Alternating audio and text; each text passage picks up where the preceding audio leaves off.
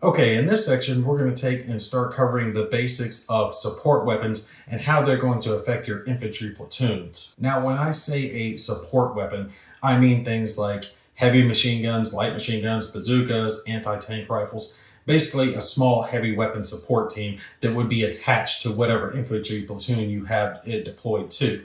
You're going to assign these support weapons prior to when a scenario begins, and it's going to be placed underneath the counter. So these examples I've got laid out here, this LMG counter you would place underneath this infantry, and this HMG would be placed underneath this infantry prior to the scenario beginning. Also, support weapons can't be directly targeted, so the Russian units couldn't try to snipe out the LMG or the HMG on these infantry platoons. But if these infantry platoons are taken out, then their support weapons are also going to be removed at that time.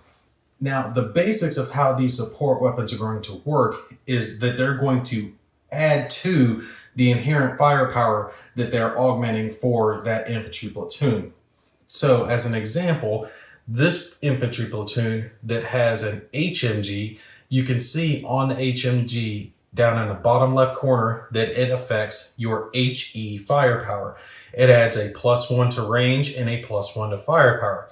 That would make it to where this infantry platoon would effectively have a range of 3 and a firepower of 3 when it came to making an HE attack.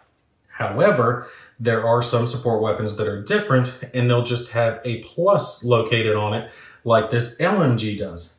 That means that it augments the firepower, and we're going to get into augmenting more when we get into direct firepower later on.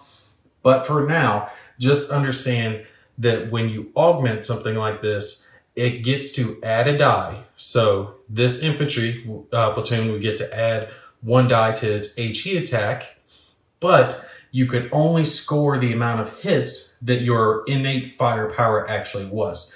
So let's say this infantry platoon conducted a HE attack over here against the Russians.